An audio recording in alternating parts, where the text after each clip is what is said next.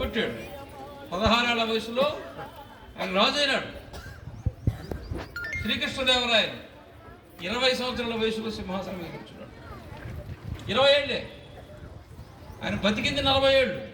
40 ఏళ్ళు చనిపోయాడు ఆరోగ్యం బాగలేక. 20 ఏళ్ళు పరిపాలించాడు. ఈ 20 ఏళ్లలో సాహితీ సమరాంగణ చక్రవర్తి. ఆ చేత్తో గంటం పట్టాడా, ఆ గంటం ఆగలేదు. ఆ చేత్తో కత్తి పట్టాడా, యుద్ధం ఆగలేదు. అన్ని రకాల అన్ని తెలివితేటలు, వాటి భాషను ప్రోత్సహించాడు, కళలను ప్రోత్సహించాడు, వేలాది దేవాలయాలు కట్టించాడు, వేలాది చెరువులు తవ్వించాడు. 20 ఏళ్ల వయసులో ఇన్ని ఆలోచనలు మనిషికి ఎక్కడి నుంచి వచ్చాయి?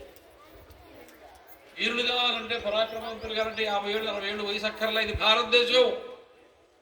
ఈ భారతదేశాన్ని సరి చేసుకోవడానికి హిందువులు ఎవరైనా సరే పుట్టినవాడు చిచ్చర పిడుగంతే.